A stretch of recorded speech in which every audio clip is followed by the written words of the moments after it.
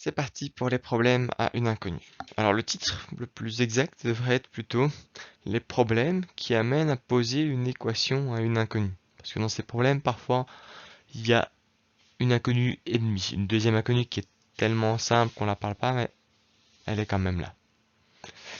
À quoi ça sert de résoudre des équations? Les équations, ça permet de résoudre des problèmes et ça permet de jouer avec des formules. Il y a les deux. Les problèmes, ça peut être quelque chose de la vie courante, comme par exemple la question suivante. Ici, on a une randonnée, un randonneur qui décide de s'entraîner pendant 4 jours. Et il se dit, ben voilà, en 4 jours, je vais faire 90 km, mais je vais y aller progressivement. Chaque fois, j'augmente de 5 km. Et qu'est-ce qu'il doit parcourir comme distance le premier jour? Est-ce que s'il fait 30 km puis qu'il ajoute chaque fois 5 km, il va arriver à 90?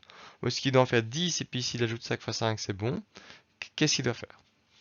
Là, typiquement, c'est une question où on peut essayer de réfléchir ou essayer, mais mettre en équation. Cette question permet de la résoudre de manière sûre, de l'expliquer facilement à quelqu'un et d'avoir une certaine confiance dans le résultat. Il y a plein de manières de mettre en équation des problèmes. C'est donc assez dur à expliquer. Je vais juste vous donner des exemples. Et là, il n'y a encore rien à faire. C'est la pratique qui joue.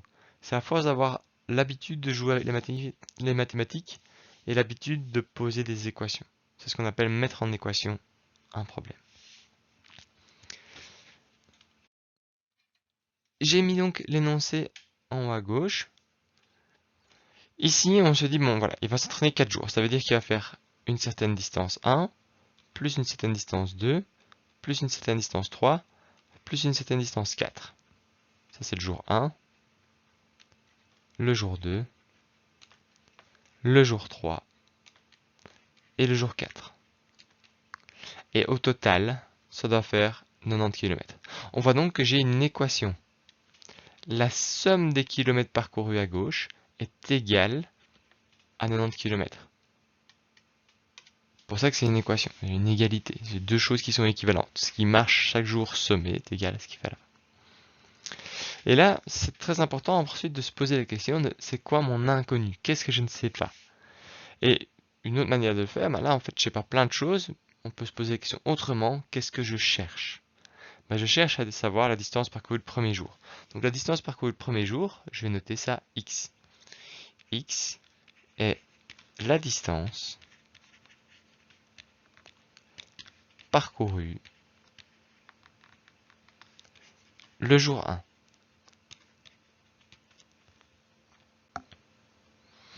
Une fois qu'on est parti là-dessus, on va essayer de compléter le problème. Du coup, le jour 2, qu'est-ce qu'on a parcouru? On a parcouru 5 km de plus. 5 km de plus, en mathématiques, ça va être la distance parcourue le jour 1, à savoir x, plus 5. Et le jour 3, qu'est-ce que j'ai parcouru? Ben, la distance de la veille, donc la veille j'avais fait x plus 5, hein, plus encore 5. Pour que vous voyez bien la progression, on peut mettre un code couleur, se dire que le jour 2, il avait fait ce qu'il a fait la veille plus 5, donc il a fait x plus 5. Le jour 3, on a fait ce qu'on a fait la veille, plus encore 5. Et le jour 4, on a fait ce qu'on a fait la veille, x plus 5, et on ajoute encore à ça 5. D'accord, le premier jour, il a fait x km, le deuxième jour, x plus 5, le deuxième jour, x plus 10 en fait, et le troisième jour, x plus 15. Ça nous donne quoi? Ça fait x plus 5, plus x plus 10, plus x plus 15 égale 90. On va de nouveau faire ce qu'on a fait pour résoudre les équations. Tous les x dans un membre, tous les nombres dans l'autre. Je mets souvent les x à gauche parce que je lis de gauche à droite, mais on aurait pu faire l'inverse. Ici, je vais quand même rester à gauche, donc je vais prendre tous mes x. Ça fait donc x plus x plus x plus x est égal à 90. Et là, je vais faire passer de l'autre côté. Moins 5, parce que ici, pour enlever le 5, je vais faire moins 5. moins 10, parce que pour enlever le 10, je dois faire moins 10, et moins 15. Reste à sommer tout ça. À gauche, j'ai bien 4x au total. Et à droite, 5 moins 10, ça fait moins 15. 15 moins 15, enfin moins 15 moins 15, ça fait moins 30. Et donc 90 moins 30, ça fait 60. Je vais enlever le 4. Pour enlever le 4, comme c'est 4 fois x, je vais diviser par 4 à gauche. Je divise par 4 à droite. Dès lors, 60 divisé par 4, on va d'abord le diviser par 2, ça fait 30. Encore une fois par 2, ça fait 15. X égale 15. Et là, ça vaut la peine de se rappeler dans quel contexte on était. X, c'est la distance parcourue le premier jour. Une distance, ça va être en kilomètres. Mais tiens, comment faire la différence entre une variable, une inconnue, et une unité? Alors normalement, c'est sans ambiguïté, mais si à un moment vous avez un doute, on peut toujours la mettre entre crochets, c'est ce que vous verrez beaucoup dans le cours de mécanique, pour bien faire la différence entre les variables et les unités, entre les inconnus et les unités. Voici donc ce premier exercice. La partie la plus difficile est celle-ci. D'ailleurs, il y a d'autres manières de mettre en place. Il y a moyen aussi d'arriver tout de suite à une formule qui ressemble un peu à ceci. Le plus important, quand vous avez des problèmes de ce genre, c'est pas de chercher nécessairement la meilleure méthode, c'est d'y arriver. Et donc, peu importe si votre méthode est un peu lente comme ce que je viens de faire ici, tant que vous y arrivez. Surtout qu'ici, on n'avait que 4 jours. Ça serait un peu lent comme méthode si tout d'un coup, on avait 100 jours. Et alors, on devrait essayer de trouver une formule un peu plus complexe. Mais très souvent, les problèmes de la vie courante ne sont pas si complexes que ça. Et si on n'y va pas à pas, qu'on ose faire le premier pas, qu'on ose se dire, ok, je vais commencer par écrire quelque chose, il faut bien que j'écrive quelque chose. Donc, la première chose que j'écris, c'est que j'ai 4 termes, jour 1, jour 2, jour 3, jour 4, égale 90 km. Ok, deuxième chose, ça va être quoi que je cherche? La distance de jour 1, et puis après j'écris tout le reste. Et c'est là que je disais, en soi, on pourrait dire que c'est un problème à 4 inconnus. J'ai la distance de jour 1, premier inconnu, jour 2, deuxième inconnu, jour 3, troisième inconnu, jour 4, quatrième inconnu. Mais on a tout de suite remplacé. Ma deuxième inconnue, c'est x plus 5. Ma troisième inconnue, c'est x plus 10. Donc, c'est pas vraiment des inconnus. Parce que la seule inconnue, c'est ce qu'on fait le premier jour. Ok. En place pour un deuxième exercice du même style. Le deuxième problème, c'est un sentier. Imaginez que vous ayez un jardin. Ici, donc, j'ai un jardin avec de l'herbe, etc. Tout ceci, c'est un jardin. Et autour, on a un sentier.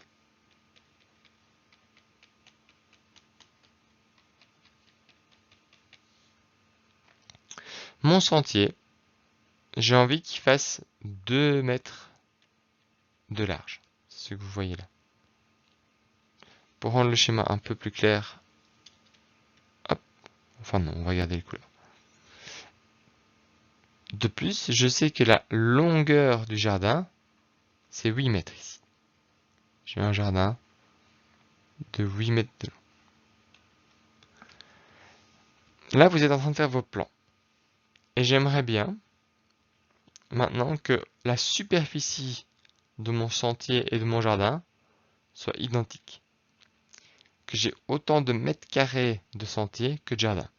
Pourquoi? Parce que je trouve ça joli ou symétrique, ou parce qu'en fait j'ai fait des calculs et j'ai envie de dépenser autant pour mon sentier que pour mon jardin, ou je sais pas. Mais si j'aimerais bien que ce soit la même superficie.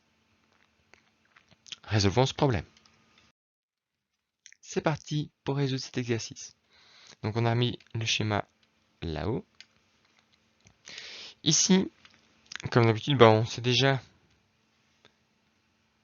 quel est l'inconnu. C'est ça qu'on cherche, x. Quelle va être la largeur de ce terrain. Et il faut se poser la question de qu'est-ce qu'on connaît. C'est important de ne pas partir dans tous les sens et d'abord essayer vraiment de se dire, mais tiens, quel est l'élément dont je suis sûr qu'il va être le cœur de ma réflexion? Qu'est-ce qu'on me demande ici? Mais ici, on me demande que la superficie de mon jardin, que je vais appeler SJ, la superficie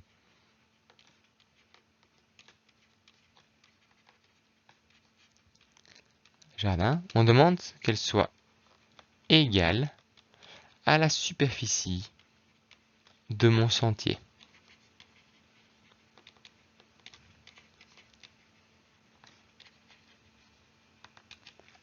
Ça, c'est vraiment l'équation de base. Vous allez retrouver ça dans énormément de problèmes en mécanique, en électricité. En mécanique, par exemple, on va vous demander quand est-ce que deux trains se rattrapent. Eh ben, en fait, c'est quand leurs positions sont égales. Donc, on va écrire que la position du premier train, à un certain moment, est égale à la position du deuxième train, à un certain moment. Et on va chercher le temps où ils sont à la même position, par exemple. Donc ça n'a l'air de rien, mais c'est vraiment ça la première étape de poser les équations, c'est qu'est-ce qu'on sait. Pas qu'est-ce qu'on devine de ah oui, à mon avis, la superficie ce sera un peu plus là, un peu, ou ah mes trains vont se rattraper à 12h40, mais je pense. Non, tout ce qu'on sait, c'est que c'est la même superficie. Et une fois qu'on est parti de là, bah, il reste à calculer cette superficie. Et donc on peut commencer par le jardin. Mon jardin, c'est un rectangle avec une certaine largeur et une certaine longueur. Et la superficie, c'est L fois L. Et donc ici, j'ai 8 mètres fois X. Donc ça va me faire 8 fois X. Et donc dans mon équation, j'en sais déjà un peu plus. Mon jardin, c'est 8X. Qu'en est-il pour mon sentier? Alors là, il y a plusieurs manières de calculer l'aire du sentier parce que c'est pas un rectangle, c'est un anneau. C'est une banderole de terre qui vient ici comme ça. Là, peu importe comment vous vous y prenez, tant que vous y arrivez. Il y a deux méthodes. Il y a la méthode de calculer toute la surface et puis d'enlever ce qu'il y a au milieu. C'est celle que je vais employer. Et il y a aussi la méthode de diviser ça en une première zone ici, une deuxième zone ici, une troisième zone ici et une troisième zone ici. Les deux sont tout à fait plausibles, marchent très bien. Il faut bien en choisir une. Je vais choisir celle où je dis que mon sentier, c'est cette grande aire-ci, moins cette petite aire-ci. C'est parti, donc mon sentier, ça va être égal à tout ce côté-ci. Alors ce côté-ci, c'est quoi? Il reste 2 mètres ici, puisqu'on a dit que mon sentier faisait 2 de large. 2 mètres ici et x. Donc ici, ça fait 2 plus x plus 2. J'ai donc un côté qui fait x plus 4, fois l'autre côté qui fait 2, de nouveau ici, plus 8, plus 2 de nouveau ici. 8 plus 2, ça fait 10, plus 2, ça fait 12. Ça, c'est bien donc l'aire de tout. Il faut encore que j'enlève l'aire du jardin au milieu. Et ça, on la connaît déjà, c'est 8x. Donc je peux recopier ce que je sais, que la surface de mon sentier, ce sera x plus 4 fois 12 moins 8x. Ok. Alors ici, j'aimerais bien regrouper les x d'un côté. Le problème, c'est que ici, mon x, il est emprisonné dans une parenthèse. Il faut que je le désemprisonne, et donc ce que je vais faire, c'est distribuer le fois 12 ici. Et donc mon 8x ne change pas, et ici j'ai 12x plus 4 fois 12 moins 8x. Alors 4 fois 12, ça fait 48.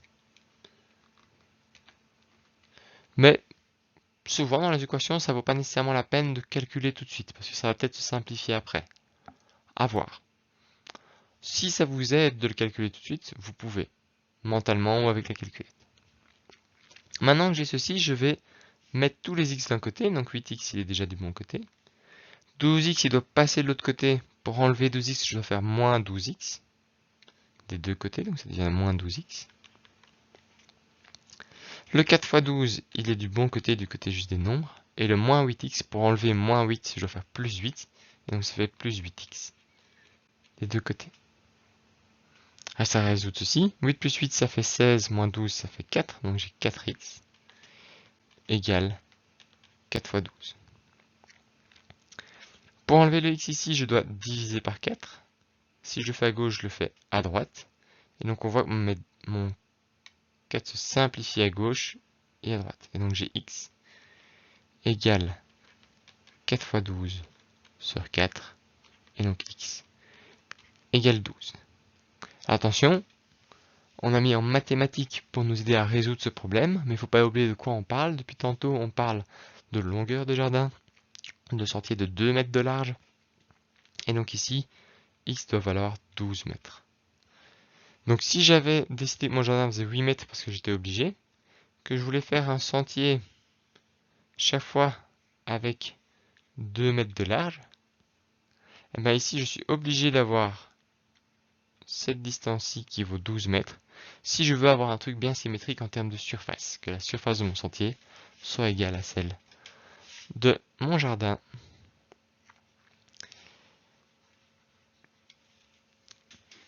Ici vous voyez aussi l'utilité de ne pas avoir déjà calculé. Plutôt que de faire 4 fois 12, 48, divisé par 4, 12, en laissant mes facteurs, je peux plus facilement simplifier tout ça. Ça vaut la peine, quand on est dans ce genre de situation, de vérifier qu'on n'a pas fait d'erreur. Et donc, si le monde est juste, maintenant que j'ai x, je peux vérifier que mes deux superficies sont égales et donc vérifier ma condition de base. Je vais le faire pour m'assurer que j'ai pas fait de bêtises. Donc la surface de mon jardin, ce sera 8 fois 12. J'ai juste pris cette formule-là et remplacé mon x par ma réponse. 8 fois 12, soit vous prenez calculette, soit en calculant, ça fait 8 fois 10, ça fait 80. 2 fois 8, ça fait 16. 80 plus 16, ça fait 96. 96 quoi? C'est une surface, on a fait des mètres fois des mètres, c'est donc des mètres carrés. Ici, j'insiste, vous pouvez faire ça à la calculette, mais prenez le réflexe quand c'est possible, quand vous n'êtes pas en situation de stress. À un examen, je pense qu'employer la calculette, c'est plus sûr. Mais de quand même calculer mentalement. Ça a deux avantages, ça continue un peu à travailler votre esprit et vous n'aurez pas toujours accès à une calculette. Et parfois, ça vous permet de faire gagner un temps monstre, hein, plutôt que de commencer à taper tous ces calculs à la main, d'être juste capable de dire ah ça fait ça, ça fait autant et voilà. Et deuxièmement, parfois on fait des typos à la calculette, on manque un chiffre ou quoi. Et donc être habitué à calculer ça mentalement, ça permet vite de se rendre compte si on est complètement à côté de la plaque. Imaginons que j'ai fait, au lieu de faire 8,12, j'ai fait 8 fois 120, j'arriverai alors à 960. Ben, si vous avez trop l'habitude d'employer les calculettes, vous allez peut-être même pas vous en rendre compte que vous êtes complètement à côté de la plaque. Alors qu'ici, avec un peu de feeling, ah oui, 96, j'ai 96 à la calculette, oui, c'est bon. Pareil pour la surface du sentier, qui vaut x plus 4 fois 12, donc x c'était 12, c'est notre réponse, plus 4 fois 12, moins 8x. Alors 8x, on l'a déjà calculé, c'est 96 mètres carrés. 12 plus 4, ça fait 16, fois 12, moins 96. Encore une fois, soit vous prenez la calculette, soit vous dites 16 fois 12, ça fait 16 fois 10, 160, plus 2 fois 16, 32, donc ça fait 192, moins 96. Et 192 moins 96, ça fait 96 mètres carrés, pas oublier une chose. Et je vois bien que avec mon choix de x, avec ce que j'ai trouvé, la surface de mon sentier est bien égale à la surface de mon jardin. C'est donc ce qu'il fallait trouver.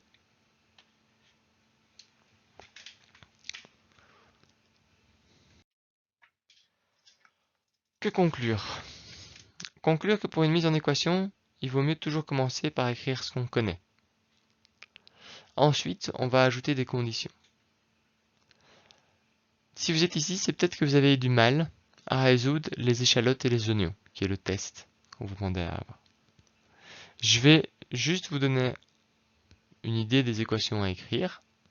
C'est que si on vous dit que vous avez 3 échalotes et que si vous achetez 4 oignons, vous payez 10 euros, là vous avez votre équation.